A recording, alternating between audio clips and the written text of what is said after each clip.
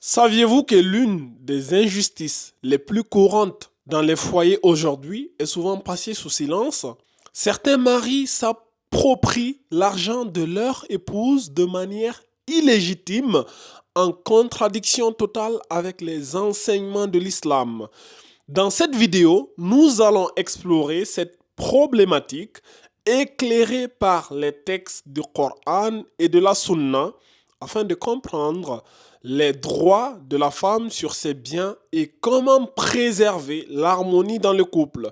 Restez avec nous car ce sujet pourrait changer votre perspective sur les responsabilités dans le mariage. Bismillah ar-Rahman ar-Rahim. Assalamu alaikum wa rahmatullah. Ayyuha al-ikhwa al-akhawat, ravi de vous retrouver dans cette série sur les erreurs commises par les maris dans le mariage. Et aujourd'hui, nous allons voir une erreur aussi qui est très répandue, qui est celle qui consiste à s'approprier injustement l'argent de son épouse. Certains sont champions dans ce domaine-là. Donc, toujours accompagné avec mon frère et bien-aimé en Allah, Ahmadouba. Mon frère Ahmadouba, comment tu vas? الحمد لله رب العالمين والعاقبة للمتقين ولا عدوان إلا على الظالمين وأشهد أن لا إله إلا الله وحده لا شريك له ولي الصالحين وأشهد أن محمدا عبده ورسوله إمام المتقين فصلوات الله وسلامه عليه وعلى آله وصحبه أجمعين. السلام عليكم ورحمة الله وبركاته. Mon très très cher frère Mohamed, très très ravi de te retrouver et je prie Allah Azza wa Jal de guider nos pas, de nous inspirer la bonne parole et la justesse dans nos propos et de nous pardonner tout manquement et de nous accorder la réussite. Amen. Alors, mon frère, le thème d'aujourd'hui, on a décidé d'aborder le thème sur certains hommes qui s'approprient injustement l'argent de leur épouse. Qu'est-ce que tu as à dire sur ça, mon frère? Bon, il faut savoir effectivement que euh, l'épouse, étant une créature d'Allah Azza wa Jal, peut se retrouver avec des richesses. Ouais. Parce qu'il n'est pas dit que c'est juste l'homme qui doit être riche. Et, la femme aussi peut être riche. Parce que c'est Allah Azza wa Jal qui donne la subsistance, la richesse à ses créatures et il donne à qui il veut. Yabsutu rizqa liman yasha wa yaqdir, comme il dit, ou bien encore il dit Yabsutu rizqa liman yasha min ibadihi wa yaqdiru lah.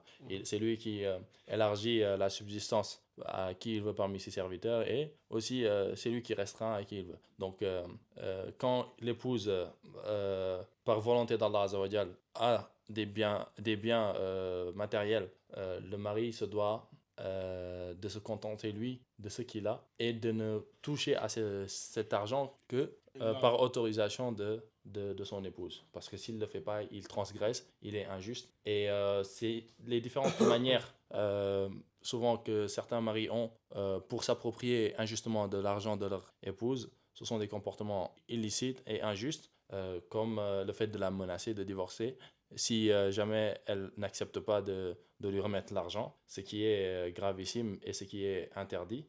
Encore aussi le fait de faire un emprunt à la femme avec l'intention de ne jamais rembourser, ce qui est aussi interdit et c'est de l'escroquerie. On appelle ça chez nous en Afrique de l'Ouest les marmailleurs. Marmailleur, je ne connaissais pas. Il y en a, ils savent bien marmailler, ils vont parler, ils vont flatter, ils vont prendre l'argent après. Allah al-Mustan, tu vois. Euh, Et ça, en gros, ça aussi, c'est quelque chose de très, très détestable que tout mari doit éviter de commettre parce que ça fera que la confiance va disparaître et ça peut amener vers le divorce. Ou encore même faire croire à l'épouse qu'on a un projet d'enfer et que voilà, on veut s'associer avec elle pour faire le projet. Mais tout ça, des subterfuges en fait, pour juste subtiliser l'argent de son épouse. Et après, comme on est le mari, voilà, ça veut dire qu'après, il n'y aura aucune suite par rapport à ça. C'est-à-dire parce que la femme, ton épouse, elle va pas porter plainte contre toi. Tu te dis, elle va pas porter plainte, elle va pas oser porter plainte contre moi. Donc, je fais ce que je veux avec son argent. Or, tu oublies que Allah Azza wa Jal, le meilleur des juges, au jour de la résurrection, il te demandera des comptes par rapport à ça. Si jamais même ta femme ne te... Surtout les femmes, quand elles t'aiment réellement, elle est prête à fermer les yeux sur plein d'injustices. Malheureusement, beaucoup de femmes subissent beaucoup d'injustices dans les foyers, Non. mais vu qu'elles aiment leur homme ou qu'elles s'attachent à Mhm. leur famille et tout, donc du coup, elles préfèrent Oui, se taire, quoi, et elles subissent. Et oui, elles oui. subissent, et certains hommes Ils abusent de ça. n'ont aucune honte, n'ont aucune limite, Mhm. et continuent en pensant que c'est ça qui fait d'eux des vrais hommes, en Non. pensant alors que... Non, non, c'est exactement ça. Et ça, c'est répréhensible. Déjà, l'homme, il a l'obligation d'aller chercher la subsistance et de venir nourrir son épouse.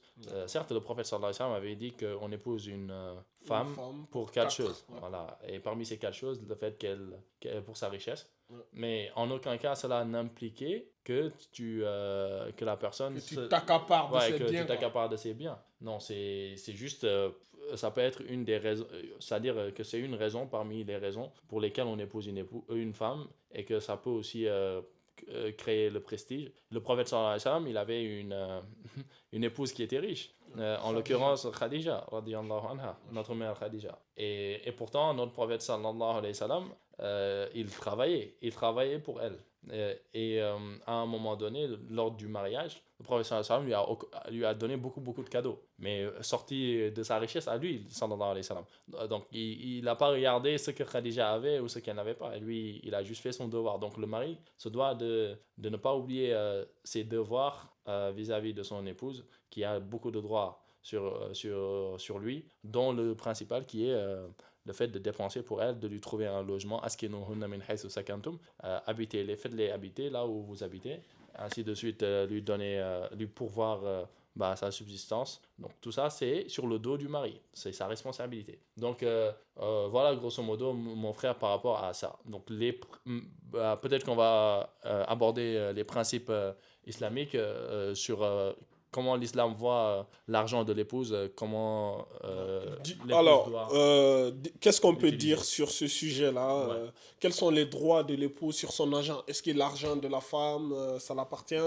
Est-ce qu'elle peut en disposer comme elle veut? Ou est-ce que son mari a son mot à dire? Par exemple, imaginons une femme, par exemple, qui a, je sais pas, 1000 € par exemple, et qui voudrait donner en aumône à 800, 900 euros. Est-ce que son mari peut s'interposer ou pas? Qu'est-ce qu'on peut dire, qu'est-ce que tu Oui. peux dire sur ça? Déjà, le principe de base, c'est que la femme qui est saine d'esprit et majeure, Mhm.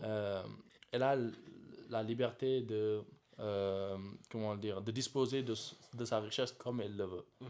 Après, c'est vrai qu'il y a des divergences par rapport à cette question que tu viens de poser, c'est-à-dire une femme mariée qui a de la richesse, en l'occurrence par exemple, qu'elle ait 1000 € par exemple, et qu'elle décide de donner un pourcentage élevé de ces 1000 € en aumône sans l'accord préalable de son mari. Donc ça, on a 2 à 3 avis par rapport à cette question.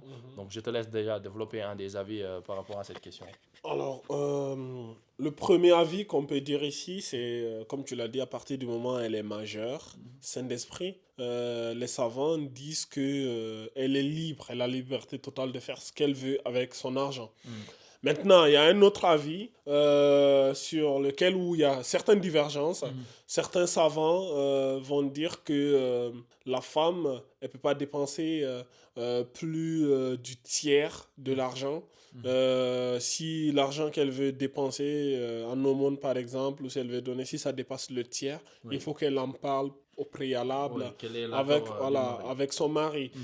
Et d'autres aussi diront non, elle est libre de dépenser comme elle veut. Oui. Est-ce que tu peux nous parler un peu en profondeur de ces avis? Oui, oui. Déjà, tu as parlé parce que oui, il faut retenir 3 avis principalement. Le premier avis, c'est l'avis qui dit qu'elle est libre de disposer de ses biens comme elle veut. L'autre avis, c'est le contraire, en fait, que quand elle a les biens, elle doit rendre compte à son mari avant de faire toute dépense que ce soit. Et il y a, on va dire, l'avis entre guillemets qui est entre les deux.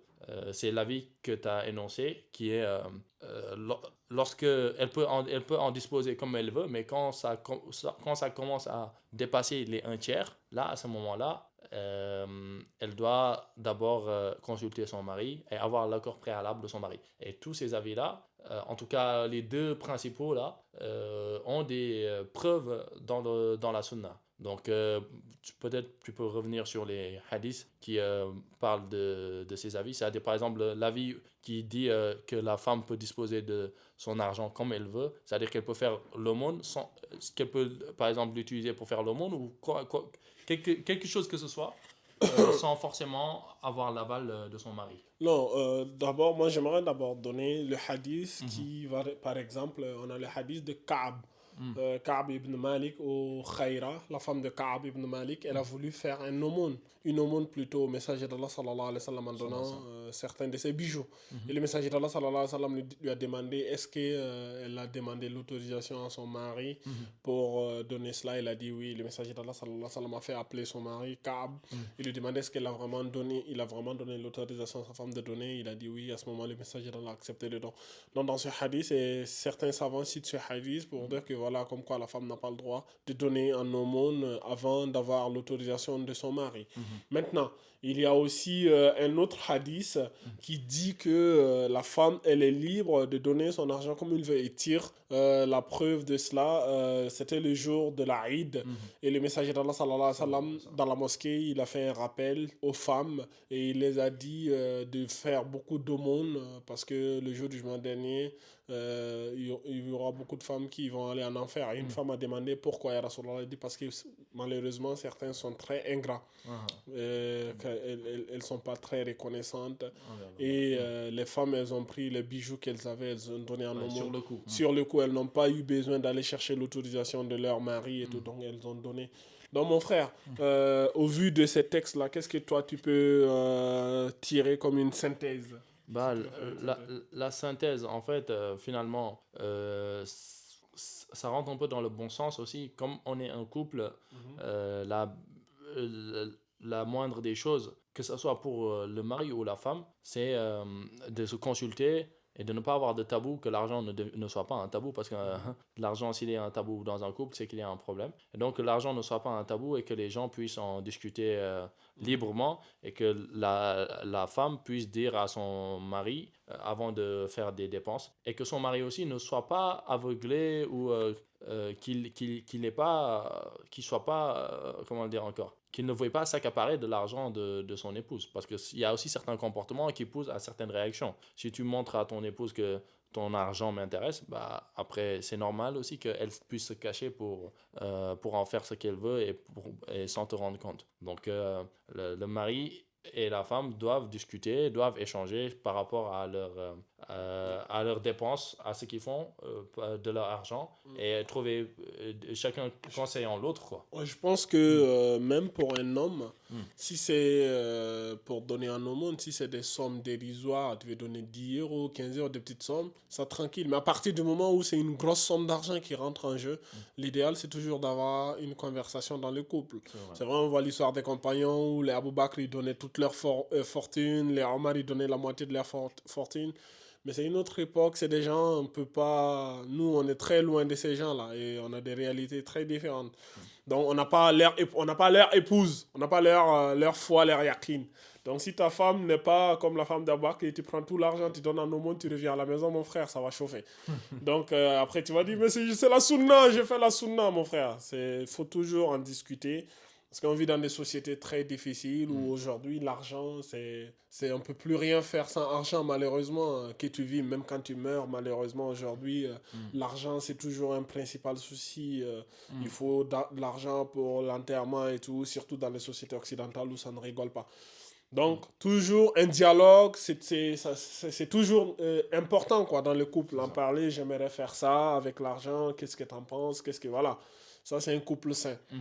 Donc, Oui, c'est ça, mon frère, t'as tout dit, hein. Donc, que le mari sache que la femme n'a pas l'obligation de dépenser son argent, de lui donner. La femme, elle peut être millionnaire ou milliardaire et que son mari soit, on va dire, dans la précarité. Mais l'islam, par sa justice, donne les dépenses familiales incombent en fait au mari. Quoi qu'il arrive, quoi qu'il puisse subir, c'est à lui de faire ça. Donc voilà, grosso modo, mon frère, je pense qu'on peut parler de l'équilibre dans le couple maintenant, parce on peut aborder ce qui crée l'équilibre dans le couple pardon, c'est que l'argent de ton épouse, tu dois pas prendre ça injustement. Je pense que quand on dit dans la phrase injustement, ça résume tout. L'injustice n'est bonne en rien. Et ça, Allah Azza wa Jal, l'a interdit. Allah Azza wa Jal lui-même s'est interdit l'injustice. Et il dit, ô vous mes serviteurs, dans le hadith Qudsi, je me suis interdit l'injustice à moi-même. C'est-à-dire qu'Allah Azza wa Jal, il ne peut pas faire d'injustice à ses créatures. Il dit donc après, Fala tazalamu, ne vous faites pas d'injustice les uns les autres, ne vous faites pas d'injustice. Et donc, l'injustice, c'est quelque chose que l'islam réprouve. Et il n'y a pas pire injustice que de prendre les biens, de s'accaparer les biens de son épouse juste parce que c'est notre épouse, alors qu'elle ne nous a pas donné. Ça, c'est quelque chose à éviter pour éviter l'éclatement du mariage, l'éclatement du couple. Et en plus, aussi, ça peut même diminuer le prestige de l'homme. Ça, on y viendra peut-être, mon frère. Mais comme on l'a vu aussi tout à l'heure, mon frère, il est recommandé quand même, vous, nos chères sœurs, de consulter vos maris avant de prendre des décisions sur vos fortunes, même si elles vous appartiennent. C'est toujours bien, et en tant qu'homme aussi, on aimerait bien se sentir impliqué et respecté, on va dire. Et bien sûr, le fait de s'entraider, car Allah Azza wa Jalla, il dit wa ta'awanu 'ala al-birri wa taqwa wa la ta'awanu 'ala al-ithmi wal 'udwan.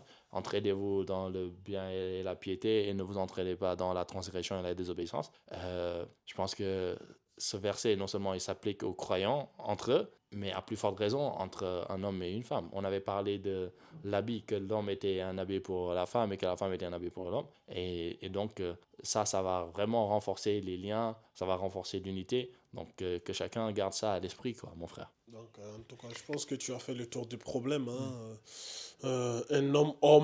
Un homme qui se respecte, il va pas s'accaparer injustement des biens de son épouse. Tu vois, ça, c'est les hommes faibles, les hommes fragiles qui vont faire ça, qui vont tomber dans ça. Surtout un homme pieux, un homme qui aspire à la piété, en tout cas, c'est pas le bon comportement.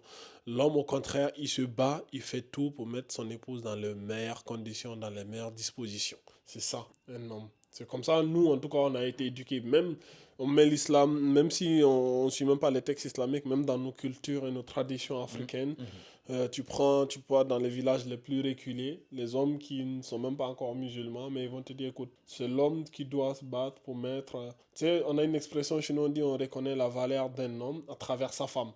Si on voit sa femme, elle est bien habillée, elle a, entre guillemets, des trucs de luxe et tout, on se dit, ah, lui, c'est un vrai homme. Sa femme, elle est bien. Ouais. Elle mange bien, elle est machin. Mais un homme où tous les jours, on voit sa femme, elle est éclatée au sol. Tu vois, on a l'impression que sa femme n'est pas bien traitée, ne mange pas bien, machin, tout ça. On va se dire, ah, lui, tu vois, il perd de la valeur dans la société. Oui, Donc, tu vois un peu ce que je veux dire. oui, je comprends bien. En gros, on mesure la valeur de l'homme à son épouse. Et ça, c'est important parce que charité ordonnée commence par soi-même. Donc, avant d'aller aider des gens, il y a ta famille qui est prioritaire.